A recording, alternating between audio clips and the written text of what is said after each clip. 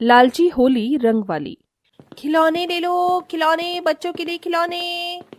अरे वाह, कैसे कैसे खिलौने हैं जी, बताइए कौन सा खिलौना दूं, ये खरगोश या ये गुड्डा? सभी के पैसे बताओ। सभी एक दाम के हैं, 50 रुपए। अरे वाह, इतने अच्छे अच्छे खिलौने मात्र 50 रुपए। मुझे तो ये दोनों दे दो। दे दी हूँ।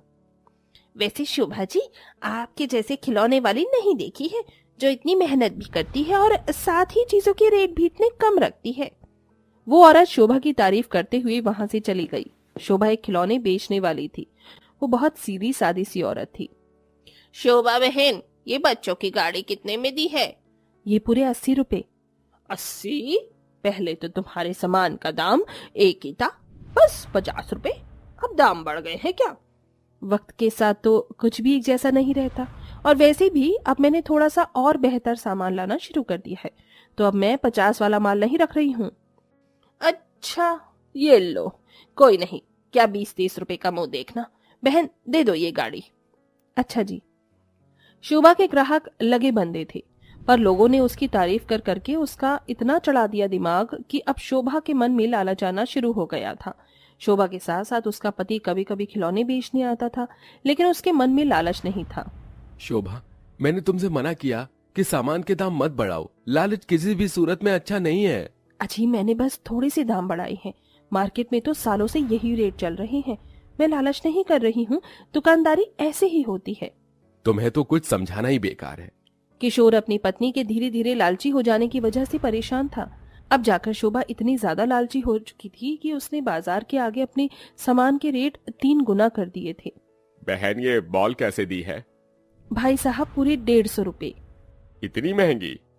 महंगी नहीं है साहब, क्वालिटी देखिए। मेरे पास बेकार सामान नहीं है, इसलिए रेट ज्यादा है। नहीं नहीं भाई, तुम ही रख लो। इतनी महंगी बॉल हमें नहीं चाहिए। हाँ चलिए, आप 100 रुपए दे दीजिए। किस लिए देने हैं तो पूरे पैसे दीजिए, वरना यहाँ कुछ नहीं है। शोभा ने लालच में आकर कुछ नहीं दिया। वो आदमी वहां से चला गया, और अब ऐसे ही होली का त्योहार आने वाला था। जी सुनिए, कैसा रहेगा अगर हम होली का सामान भी रख लें तो? अच्छा रहेगा, मैं भी सोच रहा था। शुभ काम में देरी नहीं करनी चाहिए। अगर सोच रहे हैं तो जल्द से जल्द ले आओ। अगले हफ्ते तो होली है ही, अभी से सामान बिकना शुरू हो जाएगा। ठीक है। माँ, मुझे भी होली के लिए एक नई पिचकारी और बहुत सारे गुब्बारे चाहिए।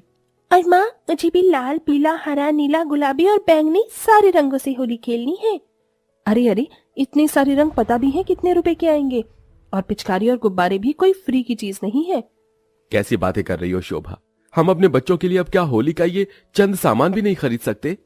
आप तो चुप ही रहिए ना जाने आपको दुकानदारी की कब अकल आएगी। तुम बहुत बोलती हो शोभा। अच्छा, तो मैं कल होली का सामान लेने चला जाऊंगा। मैं भी साथ चलूंगी। अरे तुम क्यों जाओगी? और अगर तुम गई तो यहाँ बच्चों के पास कौन रहेगा? बच्चों को मैं पड़ोस में छोड़ जाऊंगी। आप तो पता नहीं क्या उठा कर लाओगे। मैं साथ चलूंगी तो जरा देख कर सामान ले आऊंगी।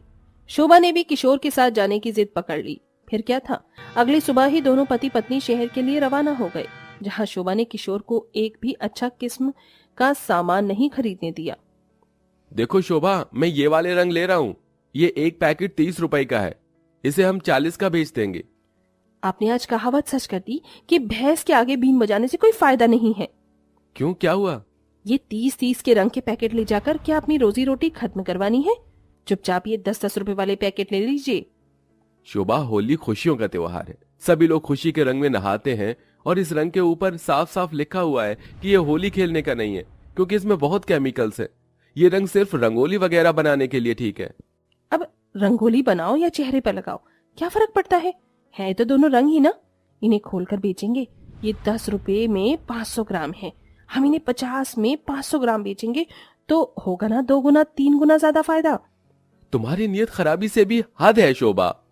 मेरी नीयत खराब नहीं है, आपका दिमाग खराब है। अब जल्दी से ये रंग ले चलिए। किशोर की अपनी बीवी के आगे नहीं चल पाई, और वो वही घटिया क्वालिटी के रंग, साथ ही बेकार प्लास्टिक की पिचकारियां और बहुत ही सस्ते गुब्बारे ले आया। और अगली सुबह उन्होंने ये सारे सामान को बाजार में अपनी छोटी सी लकड़ी की दुकान में सजा दिया। माँ मुझे पिचकारी दिलाओ ना। क्या बेटा, पिचकारी? अभी होली में तो लगभग 5-6 दिन है, हम बाद में ले लेंगे। बहन, लेनी है तो अभी ले लो। हम तो बस एक हद में ही सामान लेकर आए हैं, अगर बिक गया तो बाद में ना कहना। अच्छा ऐसा क्या?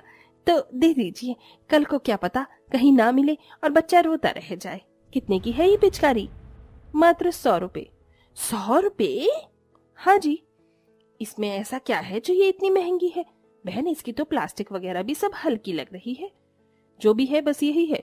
अब लेनी है तो लो, वरना शहर जाकर अपना हजारों रुपया किराए भाड़े में उठाकर अच्छी पिचकारी ले आना।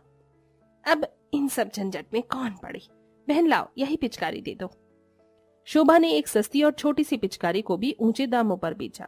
ऐसे ही लालच का सौदा करते करते होली करीब आ गई और अब रंग खरीदने वाले ग्राहक भी आने लगे। शोभा बहन, ये रंग कैसे दिया है? 50 का आधा किलो। बड़ा महंगा है। अरे इस रंग में तो कोई गहरा रंग भी नहीं है और ना कोई खुशबू। तो क्या हुआ बहन, ये रंग शुद्ध है, इसमें केमिकल नहीं है, ये त्वचा को कोई नुकसान भी नहीं पहुंचाएगा। ले जाओ, फायदे में रहोगी। शोभा सभी को चूना लगाकर घटिया चीज ऊंचे दामों में बेच रही थी। ऐसे ही होली का दिन भी आ गया और सभी एक दूसरे को रंग लगाने लगे। शोभा की दुकान से खरीदा हुआ रंग जिस किसी ने भी लगाया उसी के शरीर पर एलर्जी हो गई। बहन, किस तरह का रंग बेचा तुमने? जब से मुंह पर लगाया है तभी से पूरा मुंह छिल गया है। कैसी बात कर रही हैं आप? मैंने और लोगों को भी तो रंग बेचा है, वहां से तो कोई शिकायत नहीं आई। शोभा ऐसे बोल ही रही थी कि तभी उसने गांव की एक बड़ी पलटन को उसकी छोटी सी दुकान की तरफ आते हुए देखा, जिसमें पुलिस भी थी। शोभा उन सभी को देखकर घबरा गई और वहां से भागने की कोशिश करने लगी।